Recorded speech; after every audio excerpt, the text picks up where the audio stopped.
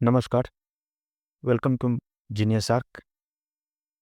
आज हम बात करने वाले हैं यूपीपीएससी एई का नोटिफिकेशन आज रिलीज हुआ है। आज मतलब 17 तारीख को जब मैं वीडियो रिकॉर्ड कर रहा हूँ,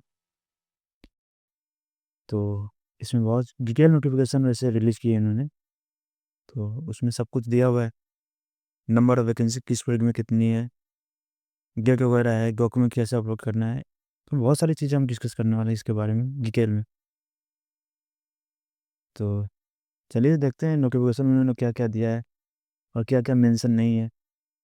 और जो कि मैं पिछले बार इनका एग्ज़ाम दिया था 2000 शायद 22 में मैंने एग्ज़ाम दिया था इनका, उसके बेसिस पे भी कुछ बताऊंगा जो है। तो चलिए देखते हैं आगे। तो पहले इसमें पहला ही ऊपर ही दिया हुआ है कि आज रिलीज़ किया है इन्होंने 17/12/2024 को। और लास्ट डेट जो है इसको अप्लाई करने के लिए वो 17/1 को है। आप रजिस्ट्रेशन कर सकते हो। उसके बाद मॉडिफिकेशन आप 24/1/2025 तक कर सकते हो। मतलब ये 8 दिन का और समय देंगे आपको मॉडिफाई करने के लिए, लेकिन 17 तक आपको सबमिट कर देना होगा, या क्या बोलते हैं उसको, फ़ी पे कर देना होगा 17 तक। उसके बाद ही आप कुछ कर सकते हो, 8 दिन का आप एलिजिबल हो गए। तो और चलते आगे बढ़ते हैं, एप्लीकेशन फ़ी देखते हैं इसमें कितना है। एप्लीकेशन फ़ी जैसे है कि अनरिजर्व के लिए 100 रुपये प्लस प्रोसेसिंग चार्ज 25 रुपया, मतलब पूरा मिला के 125 रुपये। और एससी के लिए 40 प्लस 25 65 रुपये। उसके बाद अगर हम एक सर्विसमैन के लिए देखें तो इसके लिए भी 65 रुपीज़, पीडब्ल्यूडी के लिए 25 रुपीज़। तो बहुत मिनिमल है कॉस्ट है एप्लीकेशन फ़ी इनका। और देखते हैं, it is mandatory to make payment in the online application process by the candidate till the last date, मतलब 17/1/2025 तक आपको पेमेंट कर देना है, तभी आपका फॉर्म कंसीडर किया जाएगा, नहीं तो रिजेक्ट किया जाएगा उसको। तो हम लोग ना इसमें केवल इम्पोर्टेंट चीज़ें जो डिस्कस करना है, इतना लंबा नोटिफिकेशन है कौन ही देखे। जो मैं पढ़ा हूँ पहले इसको, और उसमें जो इम्पोर्टेंट मुझे लगा केवल मैं वही डिस्कस कर रहा हूँ। उसके बाद इनका जो पे स्केल है वो देख सकते हैं, लेवल 10 पे है 15,600 से 39,100। अब एक डिपेंड करता है कैसे कैसे आप वर्किंग एक्सपीरियंस हो रहा है, उसके हिसाब से पैसे ये लोग बढ़ाते हैं। और आगे बढ़ते हैं, क्वालिफिकेशन देख लीजिए। तो क्वालिफिकेशन में हर जगह क्या है, सरकार द्वारा मान्यता प्राप्त किसी भी संस्था या विश्वविद्यालय से यांत्रिकी अभियांत्रिकी मतलब मैकेनिकल इंजीनियरिंग के मैं देख रहा हूँ तो उपाधि रखता हो, इंस्टीट्यूट ऑफ इंजीनियरिंग इंडिया का मैकेनिकल, सब में वही है क्वालिफिकेशन, बीटेक होना चाहिए आपका।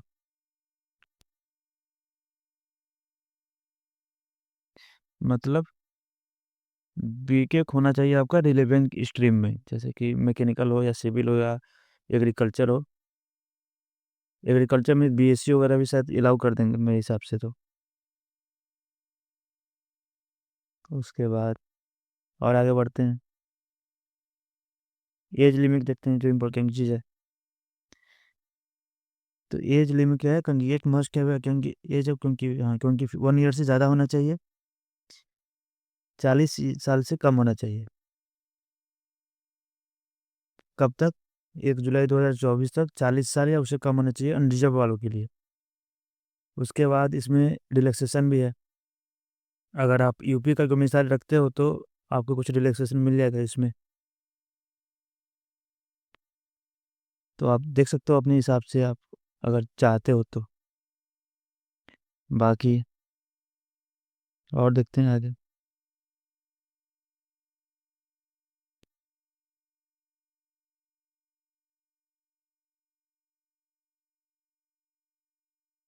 ये देखिए, ये थोड़ा सा ये लगा इम्पोर्टेंट लगा मुझे, क्योंकि इससे बहुत सारे फॉर्म रिजेक्ट भी हो जाते हैं। The candidate must enclose self attested copies of all marksheet certificate, मतलब मैं इस पॉइंट की बात कर रहा हूँ, जो नोट दिए हुए हैं लोग इसकी बात कर रहा हूँ। तो कैंडिडेट मस्ट भी इनक्लूड, मतलब आपको सेल्फ अटेस्टेड कॉपी ही ये करना है, सबमिट करना है वहाँ पे। अगर आप नहीं करोगे तो मे भी क्या होता है, कभी कभी ये लोग फॉर्म रिजेक्ट कर देते हैं। तो इसका ध्यान रखें आप फॉर्म फिल करते समय। प्रोसेस है इनका कि पहले एग्ज़ाम लेंगे। मतलब प्रोसेस क्या होगा, पहले इन्होंने फॉर्म अप्लाई किया, उससे आपका प्रीलिम्स एग्ज़ाम, मतलब एग्ज़ाम होगा 2 पेपर इसका। फिर अगर उसमें आप क्वालिफाई करते हो तो आपका इंटरव्यू होगा, फिर मेडिकल होगा, फिर आपका जॉब आपके हिसाब से, नंबर के हिसाब से मिलेगा आपको। और आगे बढ़ते हैं, देखते हैं कुछ और हो तो अब देखते हैं इनका जो पैटर्न है, क्वेश्चन पेपर 1 और पेपर 2 में कैसे कैसे किस तरह से क्वेश्चन रहता है। तो देखिए,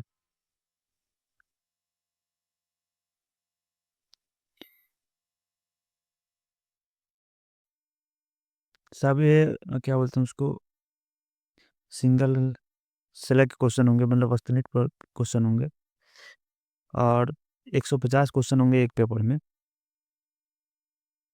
2 घंटे का आपको समय मिलेगा। पेपर 1 में क्या होता है, पेपर 1 में हिंदी रखते हैं ये लोग, जैसे कि हम नीचे बात करेंगे। ये देखिए, पेपर 1 में प्रथम प्रश्न पत्र में क्या दिए हुए हैं, पेपर 1 में आपको हिंदी का 25 क्वेश्चन रहेगा, पर 3 मार्क्स का एक क्वेश्चन रहेगा, और 100 मार्क्स का रहेगा आपका रिलेटेड इंजीनियरिंग का स्ट्रीम का क्वेश्चन। पूरे मिला के 375 मार्क्स होते हैं इसके। 2.5 घंटे का समय है आपके पास। उसके बाद दूसरे प्रश्न पत्र के देखते हैं। समान ज्ञान अध्ययन रहता है इसमें, जिसमें आपको सेम पैटर्न, 25 क्वेश्चन, 75 मार्क्स का, पूरा मिला के 375 मार्क्स, पूरा मिला के होते हैं 750, और 100 मार्क्स का होता है अगर इंटरव्यू। तो पूरा मिला के 850 क्वेश्चन होता है, 850 मार्क्स का होता है। इसमें आपको फाइनल मेरिट लिस्ट बनेगी। सिलेबस के बारे में अगर मैं बोलूँ तो मैं अपना पर्सनल एक्सपीरियंस से बता सकता हूँ कि सिलेबस मोर और लेस लगभग गेट जैसा ही होता है। तो आप सिविल वालों ये देख सकते हैं, सब कुछ लगभग मेरे हिसाब से वही है, गेट वाला ही सिलेबस है। उसके बाद अगर आप इलेक्ट्रिकल देखोगे, वो भी सेम मिलेगा आपको, इलेक्ट्रिकल भी सेम मिलेगा। उसके बाद अगर आप मैकेनिकल देखोगे तो मैं मैकेनिकल से ज़्यादा रिलेट कर पाऊँगा। Engineering mechanics, mechanism of mechanics, मतलब कि theory of machine, mechanics of solid मतलब solid song, design of machine, engineer material, manufacturing, industrial engineering, mechatronics and robotics, इस पे उन्होंने ज़्यादा फोकस किया है। मेकाट्रॉनिक्स एंड रोबोटिक्स ये थोड़ा सा ज़्यादा इन्होंने ऐड किया है, तो थोड़ा देखना होगा। ये है पेपर 1 के लिए सिलेबस, पेपर 1 का सिलेबस हुआ है। इसमें आप, मुझे नया लगा, मेकाट्रॉनिक्स एंड रोबोटिक्स बहुत लार्ज स्केल पे इन्होंने मेंशन किया हुआ है। उसके बाद दूसरी बात करते हैं, तो ये आ रहा है पेपर 2 के लिए, thermodynamic, fluid mechanics, heat transfer, energy conservation, मतलब वही है, पावर प्लांट आ गया यहाँ पे। इसको आप पावर प्लांट बोल दो, या आईसी इंजन ही बोल दो, कुछ भी बोल दो। इन्वायरमेंटल कंट्रोल, तो ये भी आरएससी का पार्ट आ गया, जो हम आरएससी में पढ़ते हैं उसका पार्ट आ गया। तो मतलब मेरे हिसाब से जो तैयारी करने वो रिलेट कर ही लेंगे कंटेंट की देख के,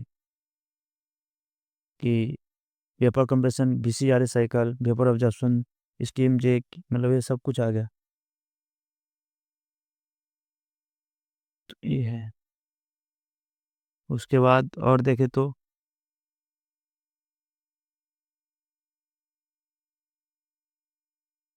एग्रीकल्चर इंजीनियरिंग के लिए भी सिलेबस दे रखा है इन्होंने, तो आप देख लेना सिलेबस। तो मेरे हिसाब से मोर और लेस गेट जैसा सिलेबस है, थोड़ा सा कुछ ऐड किए होंगे तो आप फोकस करना उस पर, अगर समय है आपके पास तो। नहीं है तो, क्योंकि अभी सब कोई गेट की तैयारी में लगा होगा, तो गेट की तैयारी अच्छे से करो, पहले उसके सिलेबस कवर करो। उसके बाद तो समय मिलेगा ही एग्जाम में, क्योंकि जनवरी तक तो फॉर्म ही फिल करवा रहे हैं, और गेट का एग्जाम फरवरी में होता है। तो फरवरी के बाद ही एग्जाम होगा, मतलब मार्च अप्रैल में होना चाहिए। पिछली बार तो शायद मैं जब दिया था तो मई में था एग्जाम इसका। तो मई में था, तो आपके पास इनफ समय होगा जो अदर सब्जेक्ट हैं उसको कवर करने के लिए, तो आप कवर कर सकते हो वहाँ पे। अब देखते हैं कि जो वैकेंसी है वो किस तरह से है। तो देखो भैया, मैकेनिकल वालों के लिए कितनी है। Irrigation and water resource department में 77 वैकेंसी मैकेनिकल वालों की है। अनरिजर्व 55, एससी है 6, एसटी है 4, ओबीसी है 5, ईडब्ल्यू 7 और ईएफ है, पता नहीं क्या है ये, मुझे एग्जैक्ट समझ नहीं है। और बाकी सब ईएक्सएस एफईएम कुछ करके है। ये पूरा मिला के 77 है। तो ये कैटेगरी लगेगी जो यहाँ पे जो मिसाइल है यूपी के, उसके अलावा सारे अनरिजर्व में अप्लाई कर सकते करेंगे। उसके बाद सिविल वालों के लिए जल निगम में रूरल 107 है, इनका भी इसी से। अनरिजर्व का 44 है, मतलब 44 है। एससी का 22, ओबीसी का 29, ईडब्ल्यूएस का 10। उसके बाद इलेक्ट्रिकल और मैकेनिकल कंबाइन है 14 पूरा मिला के। यहाँ पे सिविल का 65 है, किसमें, रूरल इंजीनियरिंग में। Housing and urban plan department में क्या है, मैकेनिकल और इलेक्ट्रिकल का 8 है मिला के कंबाइनली। फिर इधर भी है और भी।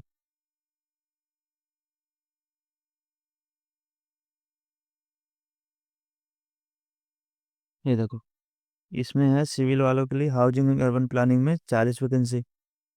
पीडब्ल्यूडी में सिविल का 226 है, मतलब 226। इसमें ज़्यादा वैकेंसी है इनका सिविल का।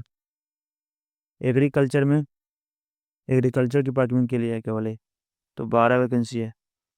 इनर्जी में इलेक्ट्रिकल वाले अप्लाई करेंगे, जिसमें 7 वैकेंसी है केवल इलेक्ट्रिकल के लिए। फिर इरिगेशन एंड वाटर में सिविल के लिए 20 वैकेंसी है। Medical health and family welfare में, इसमें भी सिविल के लिए वैकेंसी है 6। मतलब मेजरली ऑब्वियस सी बात है, इसके पी है इंजीनियरिंग सर्विस है, उसमें तो सिविल मेजर रोल प्ले करते ही हैं। तो मेनली सिविल के लिए ज़्यादा वैकेंसी है, मैकेनिकल और इलेक्ट्रिकल के रिलेटिवली कम है। तो हिसाब से देख लेना, सिविल वालों के लिए अच्छा मौका है। और बाकी ये सब है रिजर्वेशन का को क्या है, तो अगर जो भी इस कैटेगरी में फॉल करते हो तो वो अपने हिसाब से देख लें कि किस कैटेगरी में ये लोग आते हैं कि नहीं आते हैं, तभी आप उसका पीडब्ल्यूडी का फ़ायदा ले सकते हो आप। तो इतना रहा नोटिफिकेशन के बारे में। और मैं बताऊंगा कि इसमें देखो यार, एग्ज़ाम में थोड़ा सा एक दिक्कत ये आती है कि किसी सेंटर पे कैलकुलेटर अलाउ होता है, किसी सेंटर पे कैलकुलेटर अलाउ नहीं होता है। और ये मेजर प्रॉब्लम है, क्योंकि एग्ज़ाम में जो क्वेश्चन देते हैं वो डेटा बहुत क्लोजली रहता है इसका। मैं एग्ज़ाम दिया हूँ तो मैं एक्सपीरियंस किया हूँ कि मेरे सेंटर पे वो लोग कैलकुलेटर अलाउ कर ही नहीं रहे थे, जबकि बाकी जो मेरे दोस्त दे रहे थे पेपर वहाँ पे कैलकुलेटर अलाउ था कुछ जगहों पे। तो ये या तो सेंटर वालों को एग्जैक्ट इन्फॉर्मेशन नहीं होती है उनके पास कि अलाउ करना है कि नहीं करना है, और हम लोग वहाँ पे उनसे लड़ भी नहीं सकते हैं। तो इस दिक्कत है कि साला पता चला कि वाहियात जगह पे पड़ गया सेंटर हम लोगों का, और वहाँ पे कैसे अलाउ ही नहीं करते हैं। और हमें कैलकुलेशन करने में इतना लेंदी कैलकुलेशन था और इतना क्लोज ऑप्शन था, तो वो देने में तो बहुत दिक्कत होती है। आप पूरा क्वेश्चन नहीं कर पाओगे अगर कैलकुलेशन अलाउ नहीं करेंगे तो मुझे ये दिक्कत आई थी इस एग्ज़ाम के लिए। और बाकी एग्ज़ाम की तैयारी कुछ अलग तरीके से नहीं कर सकते। जो गेट का सिलेबस है, सेम सिलेबस यहाँ भी है, तो आप गेट फरवरी में दे ही रहे हो। और जो नहीं भी दे रहे हैं वो चाहते हैं देना, सिर्फ केवल यही एग्ज़ाम, तो तैयारी शुरू कर दो, अभी से समय है 3-4 महीने। क्योंकि ये एग्ज़ाम होगा आपका मई के आसपास, अप्रैल और मई के आसपास होगा। तो 4-5 महीने है आपके पास, इनफ समय है तैयारी करने के लिए। और भी बाकी कुछ लगे या कोई दिक्कत लगे क्वेश्चन वगैरह के हिसाब से, तो आप पूछ सकते हो कि क्वेश्चन कैसे उसे पूछे जाते हैं, अगर आप कुछ चाहते हो तो। बाकी तो क्वेश्चन का लेवल कुछ ज़्यादा था नहीं, फार्मूला बेस ज़्यादातर क्वेश्चन होते हैं, कंसेप्ट ज़्यादा डेप्थ तक नहीं था। तो बस इतना ही। और भी कुछ लगे तो बताओ कमेंट करके। और इसके साथ साथ और भी सारे पीएसयूज का अगर तुम चाहते हो कुछ देखना, तो मैं डिस्क्रिप्शन में लिंक दे दूंगा इसका, वहाँ से जाकर सारे पीएसयूज के बारे में कुछ ना कुछ है अवेलेबल, बहुत सारे पीएसयूज के बारे में, तो वो देख सकते हो। और अगर इन्फॉर्मेशन अच्छी लगी हो तो वीडियो को लाइक करो, चैनल को सब्सक्राइब करो, और अपने दोस्तों को शेयर करो जो इसकी तैयारी करते हैं। बाकी धन्यवाद, ऑल द बेस्ट।